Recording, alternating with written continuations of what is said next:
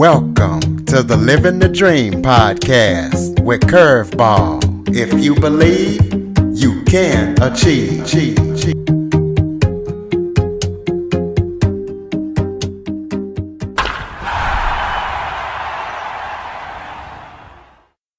Welcome to the Living the Dream with Curveball podcast, a show where I interview guests that teach, motivate, and inspire. Today, I am joined by Karuna, aka Dr. K. He is a transformative leader and an author. He has a 30-year track record of working with senior leaders through difficult transformations. He's even worked with government officials, and he first picked up this skill by serving in the Navy. So we're going to let him tell his story and all that he does and is doing and whatever else he wants to talk about. So Dr. K, thank you so much for joining me today. Thank you, Curtis. It's my real pleasure to be on the show. And by the way, listeners, he's coming straight from Singapore. Why don't you start off by telling everybody a little bit about yourself? Gosh, you know what? I mean, there's very little, and there's also so much to say. Let me start a little by saying that I've had the privilege, and I'm full of gratitude for an almost 40-year career. And it started late teens as I joined the Navy in Singapore.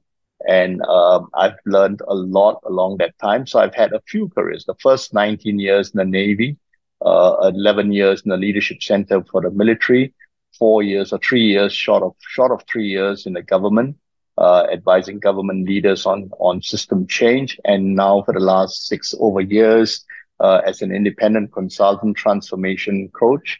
And I work with organizations that want to accelerate their transformation. And my specialty, I believe it to be, is my ability to work with leaders and managers to be able to cope and adapt better to the changes that come their way. And that's the kind of the sum up of what I do. I've learned so many things from the 20 over 1,000 leaders that I've worked with over 20 over years, more than 500 business teams, and been to most places that have very interesting lessons for me in the world. And a lot of that stemmed from my 2 warship tours or warship commands, where I learned some fundamental lessons on leadership and how it is and how it tends not to be. I hope that's a brief enough introduction, Curtis. Absolutely. So for those who don't know, tell us what a transformation coach is or a transformative leader. Okay, so it all starts with the need to transform. And for organizations, I think post-pandemic, it's quite hard to find an organization that believes that it could continue doing pretty much what it was doing before the pandemic. So the starting point is all organizations will need to transform. They are in some form of change work. And it starts at the top with the CEO or the leaders actually working the usual strategy route. And the strategy route would require forecasting our future, building growth frames, looking for projects, maybe seeking alliances. We all know that. That's management school 101. I mean, and good leaders do that, right? And good consultants help leaders to do that. The problem really starts when those ideas need to find their way into the internal system. And in management speak, this frame is called the execution. And we've all heard how culture would eat strategy for breakfast. I mean, that's really true out there. The moment these projects or this new work gets into the system, it would start to face resistance. A transformation coach or transformational leadership work would require that someone from the outside, and the people from the outside are better placed for this because there's a lot of fears and anxieties, gets in the organization and works with the leaders to kind of unfreeze, as we call it, the managers to be able to kind of adapt better to the kind of work coming their way, to work their thinking processes to actually help them with their emotions and their tensions to help them become leaders. So I would sum it all up by saying my work takes me quite a few places, mostly to help managers become leaders, middle managers becoming the leaders they are capable of becoming, Curtis. Well, how did the Navy shape your approach to change leadership? I think a warship is always in change. It's a really, really humbling afterthought when I thought of all those nights I've had, like 11 years at sea, all those nights where, and more than five of it was spent in command of the ships. I just had to go to bed at some point while the ship was out at sea in the middle of the night. And that requires that you believe that the people around you as a crew are sufficiently trained, committed, and careful enough in the work that they do to be able to carry out those in a safe, efficient manner and not put the ship and the rest of the crew at risk. Now, it's actually a hugely humbling task to go to bed uh, believing that, but one cannot not afford to go to bed. And the typical command and control would then demand that. I mean, you stay in command, and you stay in control, and don't go to sleep. That is not tenable. So the Navy shaped me in a big way for this, to be able to build trust in teams and lead people and work with them and understand them and basically cutting everyone enough slack. I mean, that's called empathy these days. But if you can't care enough for the person to your left and right, I'm not so sure that you're gonna make it as a leader, Curtis. Hope this makes sense. It makes perfect sense. You also served as deputy head of the Center for Leadership. So kind of tell us about that and what that involved and what you did, why you were doing that. So I spent 19 years in the Navy. I joined when I was 19, and of that 19 years, 11 years was at sea. And a lot of that time was also spent training overseas. So I've been to I've attended courses and programs in the US, the Europe. I've worked in Australia for 2 years, and it was very heady. But as like any young person in their 30s, I got married and I have two children. And at one point, I actually had to deal with that because I'd gone away for a long deployment out to the coast of Africa from Singapore. And 15 days later, after calling home, my wife told me that my 9-year-old daughter had come back from school and started crying just looking at a picture. And I thought that, okay, the time has come to get off the ships. When I got off the ships, I actually toyed with the idea of leaving the Navy and resigning. I had good bosses who actually convinced me otherwise and said, hey, we are opening a new leadership center.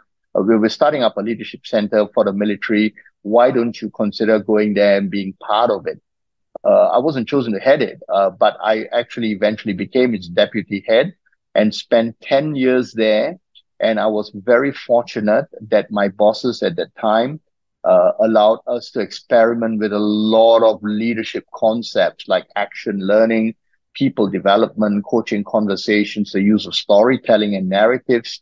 It was just amazing opportunities to actually work with people on the field. The highlights at that time was, I mean, there was one project that we did where I spent 19 days in the jungles in Brunei with soldiers, just understanding how they operate under stress and how they would actually be managing to gain insights and work that. Another one was the storytelling and narrative project. We went on to work on warships to actually help people tell stories in 3 minutes. I'm still known for that. It's the 251 storytelling model. It helps you to build and tell a story. I think UNICEF adopted that. So that was really amazing work for like 10 years, only because there was enough latitude given to think ahead and to move a predominantly military culture to a learning culture, Curtis. And I thought we did that quite well. It took 8, 9 years, but we got there. Well, you did some great work with the military, but you also worked in the Prime Minister's office in Singapore. So tell us, if you can, who the Prime Minister was at the time and how you got that gig and what you did while you were doing it. So yeah, I mean, again, really fortunate because as I was approaching retirement age, at the age of 50, I actually was out there looking for okay, so what's next? And there was this opportunity that came along because the government of Singapore was actually in a transformative state, and this was way back in 2012 that embarked on the public service transformation, and there was a need for someone or a team of people to actually promote organizational development at a systems level I applied for a junior position in that team, and I think I was just very lucky to get bumped up to a fairly senior one. And so I spent 3 years in that role from 2014 to 2017, actually starting to advise senior government leaders like permanent secretaries and CEOs on how to work and collaborate better interagency and intergovernment. As you know, all governments in the world probably struggle a little with this, but I thought we got that going. Now, what was useful was we actually had major national programs. In Singapore, you have the Smart Nation and the Skills Future, and those provided a kind of umbrella for agencies to come together. So, Curtis, my speciality was in bringing 100 to 150 people in a room, senior leaders, and getting them to not just align, but to agree to work with each other in the months ahead. And that's exactly the kind of work that I did. And I was trusted to do that. And at that point, I actually had an opportunity to do some work with the Brunei government, and that was precisely what happened with the formation of one of their agencies. And I'm quite proud of the fact that some small acknowledgement was given for the work that I was privileged enough to be trusted to do. So that was what I did over the 3 years just before going independent now. Well, you also teach postgraduate programs, and you're doing a lot to help develop the next generation of leaders to come. So tell us about your experience and how you enjoy doing that as well.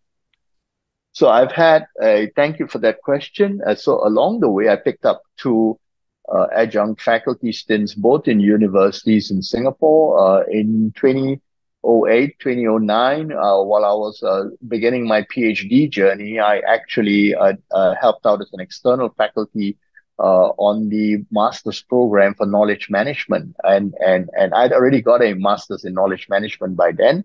My topic was on knowledge creation.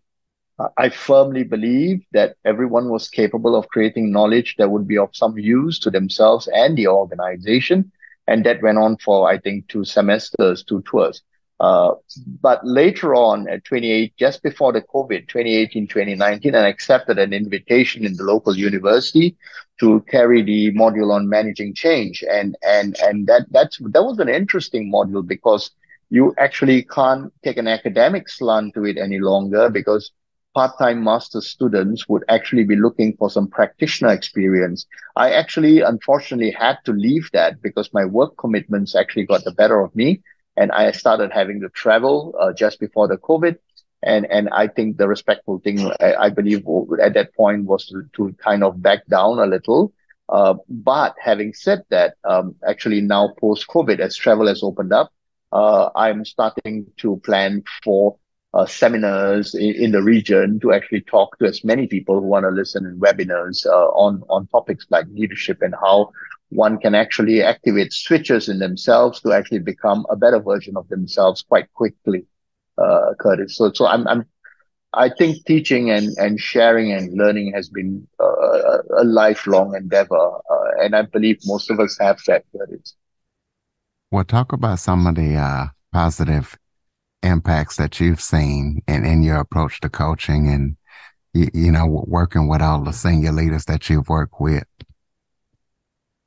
It's just amazing when I receive a acknowledgement months or years later that that one thing that I must have said has actually changed a person's perspective completely. And I'm just humbled by that because I didn't set out to pitch or sell anything other than simply be the or seek to be some part of the inner voice of leaders and managers who are truly capable of great work. So from time to time, I have a quiet smile when I get a message or I get a short email or I get a reference from someone saying, hey, you know what? They said, come talk to you. That's one aspect of it. The other part of me, completely, Curtis, stays open to people I've had paid coaching hours with and transformative work with.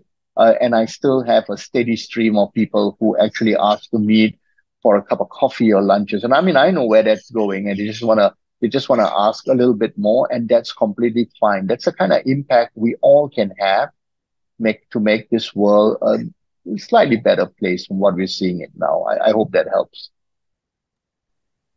Absolutely. And speaking of making the world a better place, you also work with some charitable organizations. So to talk about your charity work and maybe if you'd like some of the charities that your favorite charities that you've worked with.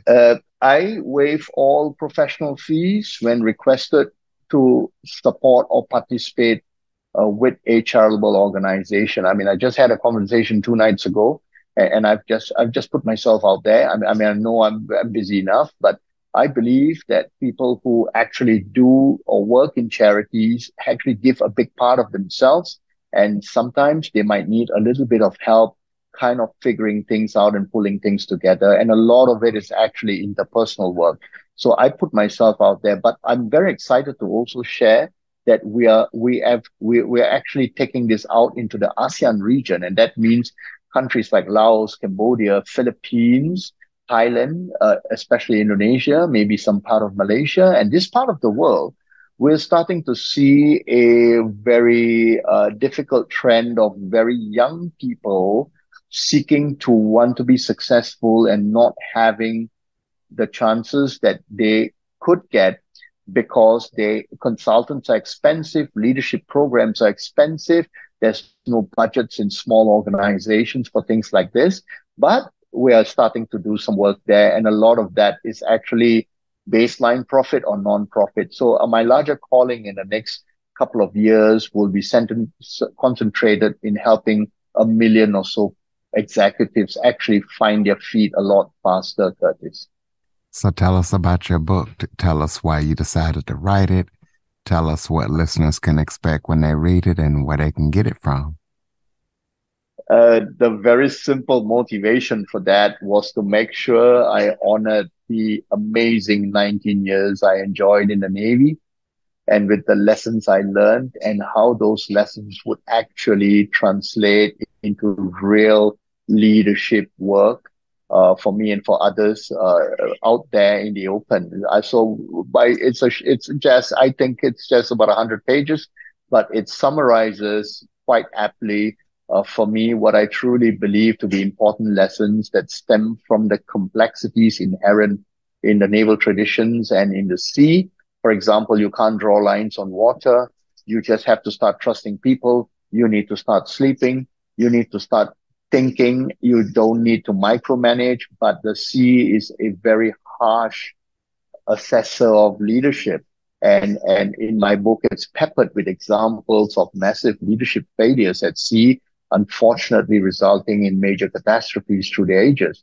So I've said a little bit about that, translated my journey, but because it needed to be bite-sized, I've actually peppered the chapters very briefly with some tips and tricks as to how to become a little bit more tuned to leadership from a place of power or position or manager, you know. So that's what the book is, and it's actually navigating the seas of change. And it was quite apt because I think post-pandemic, a lot of us are starting to realize that we just need to deal with change, cope with it, and adapt to it a lot better, and not wonder why it hit us in such a way. I hope that this is making sense, that is. It absolutely is. So tell us about any current or upcoming projects that KR Consultant is working on that we need to know about. Thank you for this question. I mean, I've just sat up in my chair because, I just said something a little earlier on to say that I see as part of the calling I have now, this desire to want to connect with young people who are greatly, and by young people, I mean people who have like spent like 5, maybe 10 years in the workforce. They're probably in their early 30s. They have settled down for the most part or thinking of settling down. And they are probably struggling with, well, they're probably good managers to some point because they're probably legit there, but I think a lot of the work is becoming a little bit more complex, and for some more complex. And basically, what we need to do is help them lead people a little more instead of just managing the work. So how do you get to the million? It's been something that my team has been pondering about, and I think the pandemic gave us a breakthrough because consulting took a bit of a hit, and all of us were cooped up at home. And I started to build a knowledge architecture to mine all the top practices in leadership.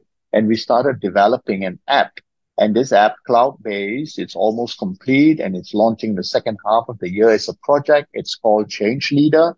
And a simple philosophy is every manager or supervisor is a capable adaptive team leader, and we guarantee that in 8 months.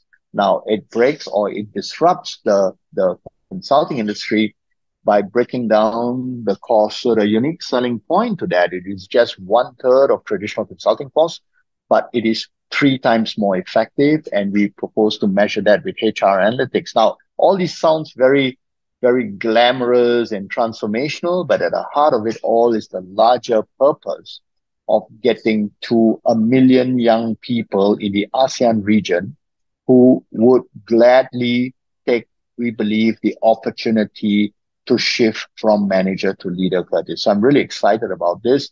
We have tested the product, and we're going out there in the second half of this year to gently lay it down into spaces where we think people would appreciate it in this region. Well, congratulations on that, most definitely.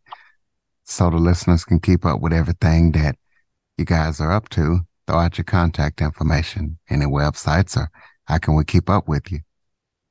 Totally. The product would be linked out to the website, the changeleader.org. So it's the change leader.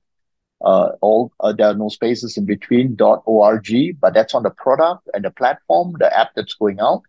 But if you want to learn a little bit more about the work we do, it's krk.sg. I'll say that again, krk.sg. And you can drop me a line at Karuna, Karuna, at krk.sg. I'll be more than happy to take questions and point you in any which way I think you would benefit. And if you trust me to do that, I'll be happily doing that. So thanks, Curtis. All right. Well, close us out with some final thoughts. Maybe if there was something that I forgot to talk about that you would like to touch on, or just any final thoughts you have for the listeners. Yeah, thank you for this. I mean, I get asked this quite often, with one or two things. I would like for all of us to think a little bit more about the simplicity of respect. And respect is something that I've learned through the years, and I now seek and see that in people. Without respect, there's probably very little chance of empathy. And without empathy, there's even lesser chance of humility. And that's where I think we all need to start working ourselves a little bit more into. So that's what I want to say, that is sum this up. All right. Dr. K sharing his expertise. If you know of any future leaders or in any newer generational leaders, or just any leaders, period, you want to be a leader yourself, please follow, rate, review, share this episode to as many people as possible. We definitely need to keep our leaders going and our leaders strong. And Dr. K definitely has the expertise and knows how to do that. If you have any topic suggestions or guest suggestions, cjackson102@cox.net. As always, thank you for listening to the show, and please tell a friend. Dr. K, thank you so much for joining me today. My pleasure, Curtis, and looking forward to helping the world become a little better. For more information on the Living the Dream podcast, visit www.djcurveball.com. Until next time, stay focused on living the dream.